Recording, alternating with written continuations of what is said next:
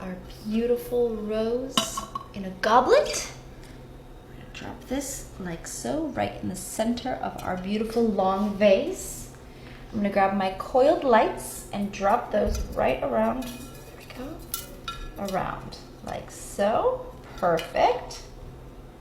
All right, once that's set, I have the cutest little couple. I'm gonna set them, there we go, and sit them down right on top. Oh my gosh, aren't they so cute? Okay, so once that's set, I'm grabbing some beads. I'm gonna start to fill her up.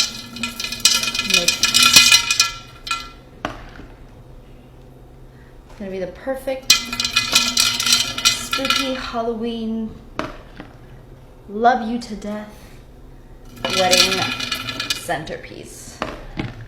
I know quite a few people who had their weddings like on Halloween or on a full moon.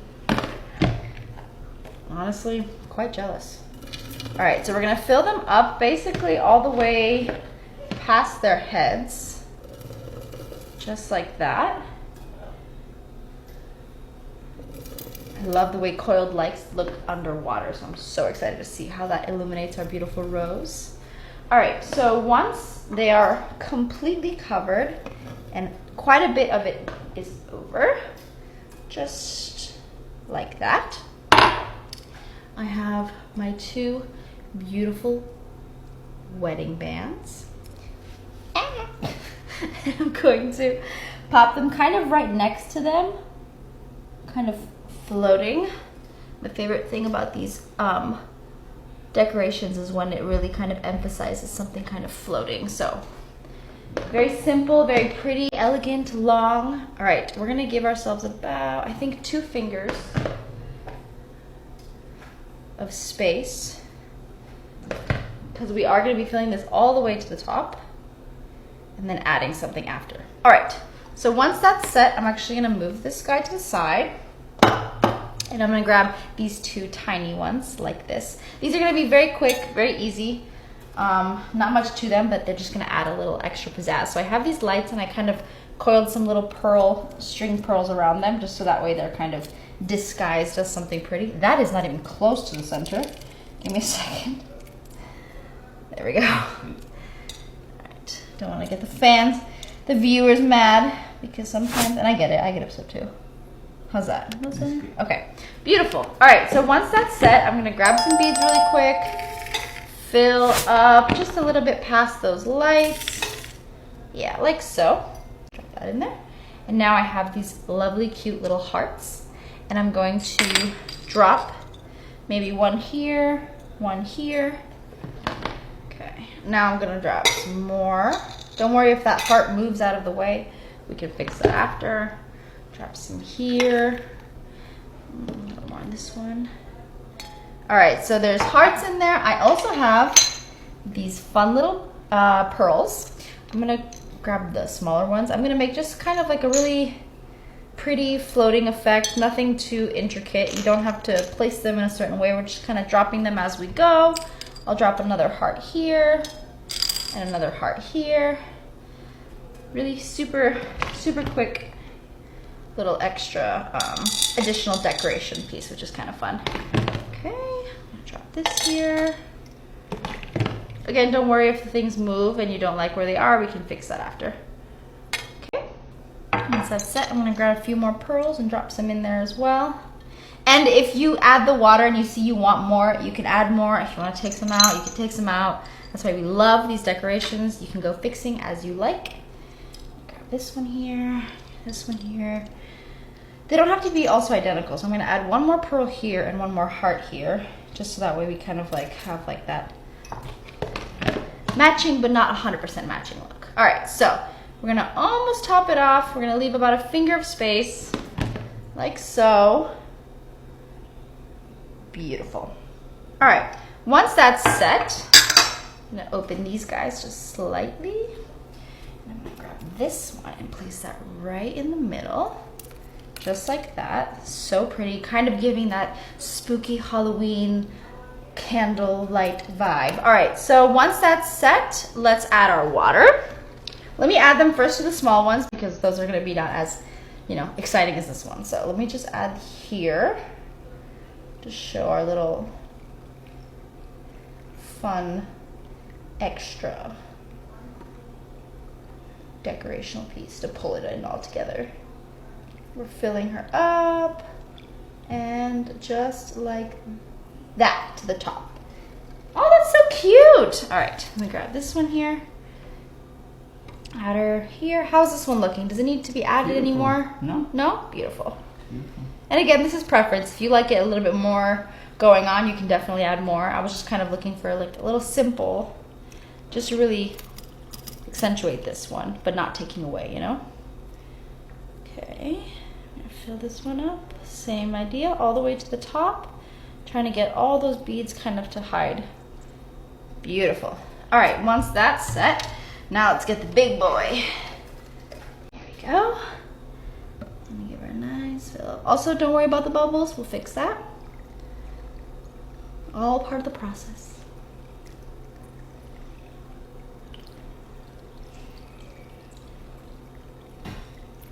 This wedding theme is like, beyond death do us parts. I love you to death and beyond. ¿Cansado de dibujar las mismas calaveras de siempre? Mejor quédate porque te enseño un truco. Empezamos haciendo un círculo en la parte interior, dos medialunas bien grandes. Hacemos la nariz y una línea que define toda la parte de la boca. Ahora vamos a pintar para dar el contraste y luego el cuello largo. Vamos a hacer una pequeña figura en la parte central y vamos a hacer esas tres puntas al lado y lado. Esta es parte del traje. Empezamos a colorear para darle el contraste y darle más belleza al dibujo. Vamos a dándole los detalles que queden en punta y listo. Así ha quedado. Espero que te haya gustado y no te despegues porque se vienen muchos más. ¿Qué pasa si haces un dibujo diario durante un año? Ok, era 2014 y tenía 26 años y aunque me gustaba dibujar no era particularmente bueno, así que me decidí a hacer un reto. Iba a hacer un dibujo a diario durante un año entero. Estas eran las reglas. Tenía que hacer 365 dibujos. El dibujo tenía que estar terminado y firmado. Ya era un adulto con trabajo, así que solo le dedicaría 1 hora al día. Todo era blanco y negro, y finalmente tenía prohibido copiar otros dibujos. Podía usar referencias o personajes existentes, pero el dibujo tenía que ser original. Comencé a finales del 2014 y me tomó 2 cuadernos de casi 200 hojas. Y para no aburrirme decidí que cada semana iba a intentar seguir un tema de algo que quisiera aprender o mejorar. Así que hice una semana de robots, otra de gigantes, otra de retratos, etc. Al principio debo admitir que me costó mucho trabajo y los primeros 2 meses casi renuncio varias veces. Pero después agarré el ritmo y sobre todo me relajé. Llevaba mi cuaderno a todas partes y a veces entre tiempos de espera ya había terminado mi dibujo del día.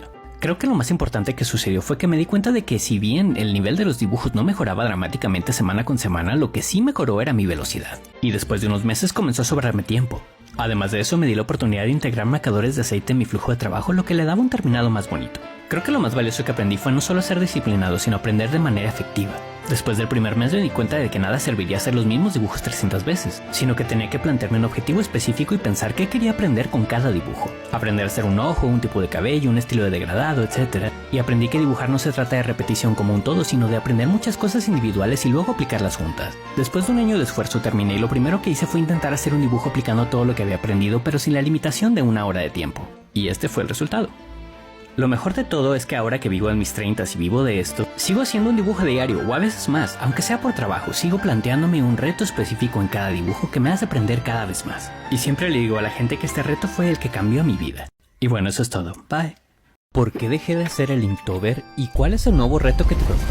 Para los que no conocen, el Inktober es un reto / tradición creada por Jake Parker en 2009 en el que se da una lista de temas de manera muy vaga y tu misión es hacer un dibujo por cada ítem una vez al día durante todo el mes de octubre. Ahí se llama Inktober porque idealmente es con tinta china en blanco y negro. Yo he participado varias veces en toda mi vida y lo he terminado 3 veces, aunque 2 de ellas no fue con la lista oficial, y a partir del 2020 dejé de participar porque, número 1, Jake Parker decidió patentar el concepto de Inktober, así que ya no puedes usar el logo de la campaña en tu mercancía, y sinceramente creo que que le quitó mucho de la magia a todo este asunto. Número 2. Salvo por el tráfico que genera en mis redes, no gano nada por hacer, así que no puedo justificar gastar tanto tiempo en el reto, y las veces que lo he logrado solo terminé demasiado estresado, y se supone que debe ser divertido. Y número 3. Lo más importante es que creo que no es un reto muy amable para los principiantes, ya que por supuesto que vemos cosas que la gente hace en internet durante el Inktober, y son maravillosas y bla bla bla, pero creo que quienes se llevan realmente la atención es gente que ya sabe dibujar, porque la cosa es que pese a que si lo logras al final vas a tener 31 dibujos de práctica, para la mayoría que no tiene tanta experiencia está bajo tanta presión que ni siquiera llega al final, y se ven obligados a solamente usar lo que ya saben en vez de aprender con cada pieza que hacen, y es por eso que muchos principiantes ni siquiera lo intentan al final. Así que pensando en esto he decidido proponerte lo siguiente: en vez de hacer un Inktober, yo te propongo participar en la primera edición del Soy Principiante No Me Grites Tober 2023, o Condutober, como le quieras decir. Un reto hecho para la gente que quiere iniciarse en el dibujo, y consiste en que en vez de pedirte que hagas 31 dibujos en un mes, la lista está conformada de ejercicios útiles diarios, para que al final del mes no solamente hayas practicado, sino que te sientas mejor preparado para dibujar el resto del año. Sin presiones, sin gente que te esté juzgando tus dibujos, un reto hecho para ti y tu desarrollo artístico. Así que dime si te gustaría participar, o mándale este video a alguien que podría servirle. Y recuerda que te deseo mucha suerte en tu camino del arte. Desenhos fáceis para o Halloween. Começando pelo famoso fantasminha, vamos fazer um U virado para baixo, ou uma montanha, você que decide. Faz uma cobrinha embaixo, nas curvas sobe uma linhazinha, e pro rostinho faremos 3 bolinhas ovais, e ele fica assim. Agora para a abóbora vamos fazer um formato oval, de um lado e de outro pela metade, o cabinho, e de trás do cabinho puxamos mais outro formato.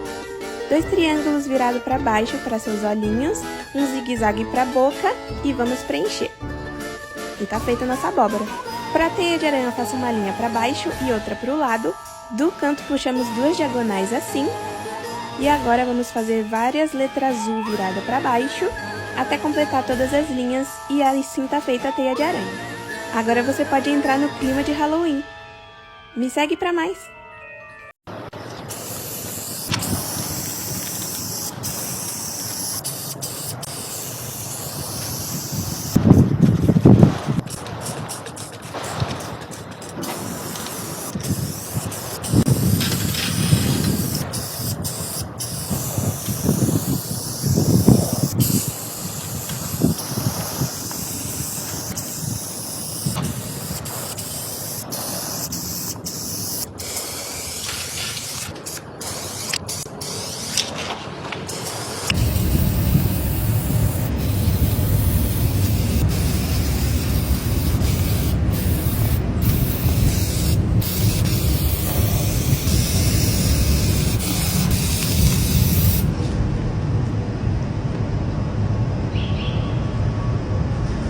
Draw my Inktober piece with me. Day 8. The prompt is toad, so I went easy and decided to draw a mushroom toad. Halfway through the sketch my mechanical pencil ran out and I didn't bring any spare leads. Sketch nearly done.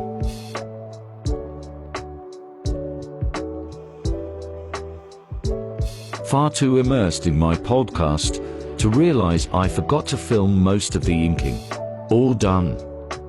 It's Inktober time again. Technically it starts in October, but I posted today just because. The first prompt this year is Dream. I started by masking a straight line and brushing a few drops of red drawing ink above the tape. I then blotted the ink and sprayed it with a bit of water. Pigment ink is great for this effect. After a few minutes it was time to pull the tape. Oh, the tape peel, so satisfying. Inktober allows pencil drawings under the ink, but I decided to freehand the rest with a brush pen. I drew the skull square eyes, the triangle nasal cavity, and down to the gum line and teeth. This whole drawing took about 10 minutes. It's fine if the proportions aren't perfect. Next I drew the jawbone and connected to the top of the skull. Since it's almost Halloween, I decided to draw bat silhouettes on top of the red ink. And with that, prompt 1 is done. Please like, follow, and share. It's Inktober Day 2, and today's prompt is spiders. Yes, it's another skull design, but it's still going to be good, you'll see. First, with the pencil, I drew an oval with lines down the center. then the square-shaped eyes and the triangle nasal cavity. Next came the cheekbones, gum line, and teeth. I always suggest draw incisors that are shaped like candy corn. Then I drew the jawbone and the top of the skull. Next I drew straight lines from the center of the nasal cavity, making sure to vary the space between each line. Then I erased my guidelines and switched to a ballpoint pen. I started connecting the lines in the center of the nasal cavity, but then decided to connect the lines to form the contour of the skull. Note I didn't redraw the guidelines connecting to the middle, just to keep the drawing from getting too busy. Then I repeated that process inside the eye sockets and around the teeth. I even used small hatch lines to define the teeth. You could stop here, but I decided to stipple the outline of the skull, eye sockets, and nasal cavity for a bit more definition. Finally, I added a small spider, and prompt 2 is done. Please like, follow, and share.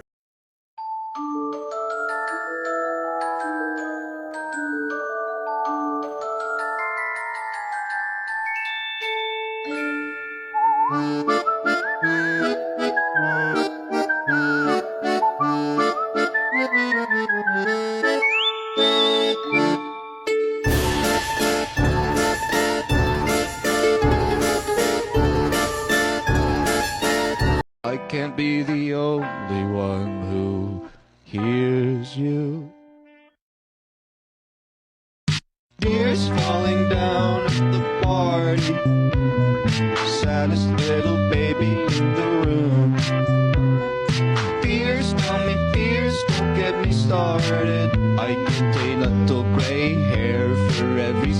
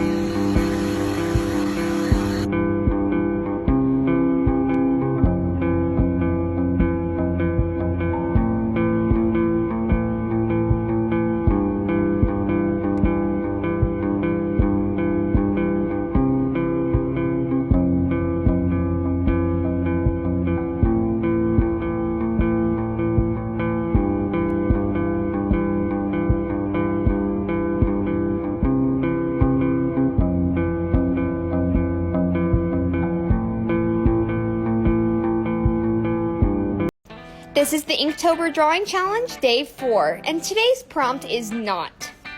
For this prompt, I thought about the word knot in terms of being knotted or tangled, so I came up with this really cool idea of the snake that is weaving through someone in a graphic design. I mainly used different shades of yellows and greens, adding a little bit of pink and red for some color pop, as well as highlights. And after adding a bunch of details, this is the final result. Let me know in the comments if you think I can complete all 31 days. This is the Inktober Drawing Challenge, Day 9, and today's prompt is pressure. For this prompt, I wanted to play on the idea of pressure or weight on the world, and not only on your body, but on your mind. Yes, I am very behind on Inktober, but I still plan to finish and complete all the days. This artwork was done with pen, Copics marker, as well as some white highlights with gel pen. And after adding a few more details, this is the final result. What do you think of this artwork? Let me know in the comments. set the phases to run. What's got you distraught? It's negative attention at best. Let's call it nothing. Maybe something, a little bit, maybe something. It's all about ascension, I guess. Don't put me to rest.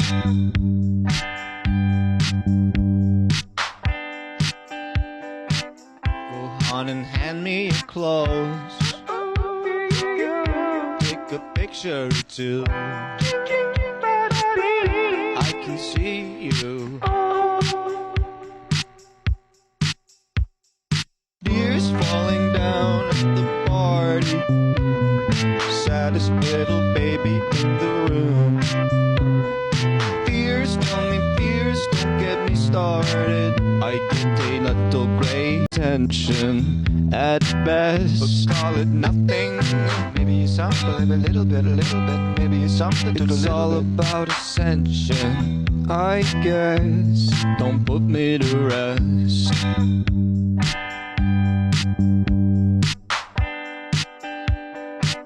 Go on and hand me your clothes.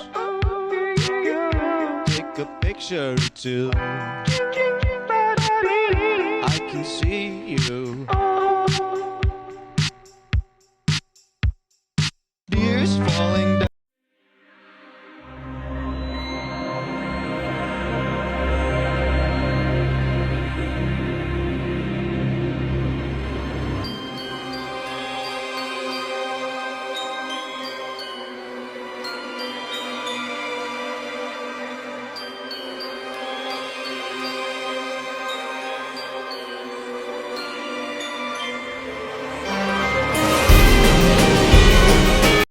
It's Inktober, and here are the art supplies that I'm using.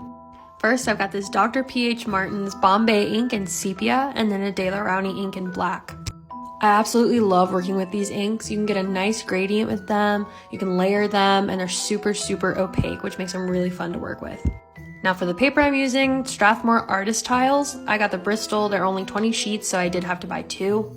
And you know, if ink is involved, I'm using my favorite brush pen. I got this other brush pen that's a little bit thicker. And then I got this Faber-Castell green brush pen that is absolutely gorgeous. And of course I have to get something to add sparkles and highlights, so I have this Copic Opaque White ink. I have never used this before and I absolutely love it. And then I got some little detail brushes. That's it for me, but what are you gonna use this year? In this town we call home, everyone hail to the pumpkin song. In this town, don't we love it now? Everybody's waiting for the next surprise. Round that corner, man, hiding in the trash can. Something's waiting now to pounce, and how you'll scream. This is Halloween, red and black, and slimy green. Aren't you scared? Well, that's just fine. Say it once, say it twice, take a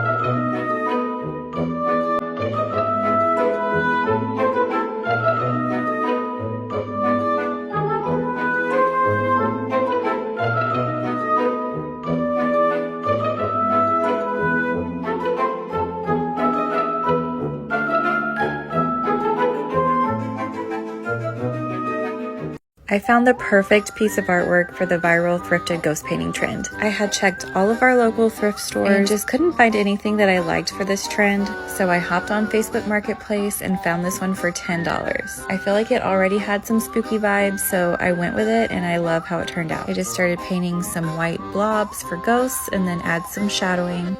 And I didn't have black paint, so I had to mix up my own, but it ended up working. Wanted to add some pumpkin, and these trees needed some help, so I added some more colors for fall. I already had the paintbrushes and the acrylic paint, so this is a pretty cheap trend if you already have a lot of the stuff. Of course, I had to add a little dog.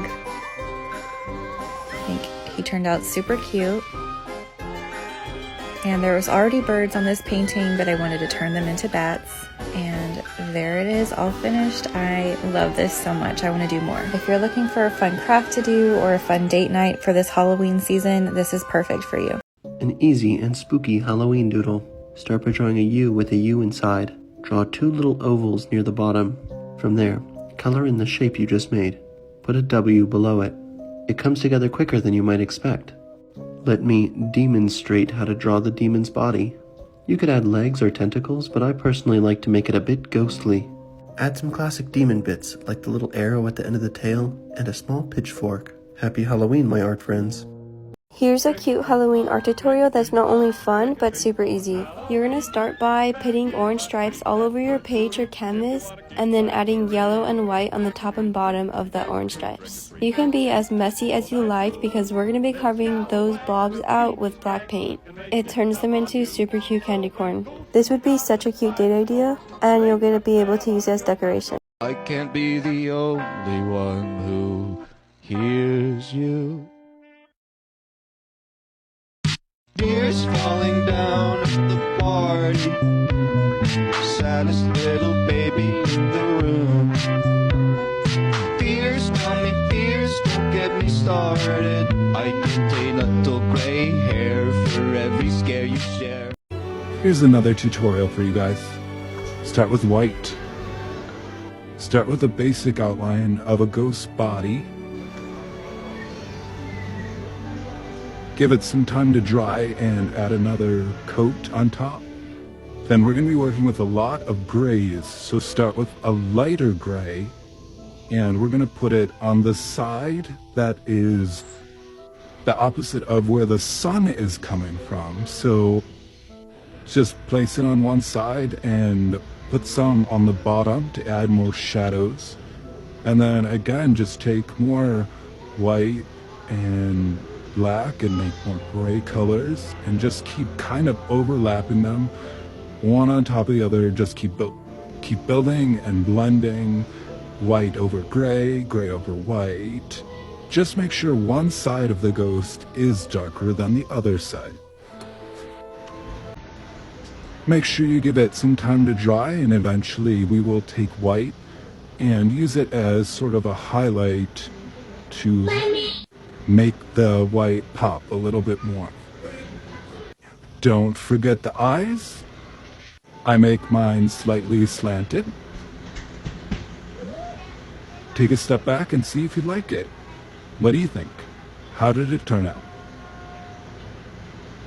Also, I added a gold paint to the frame just for extra pizzazz.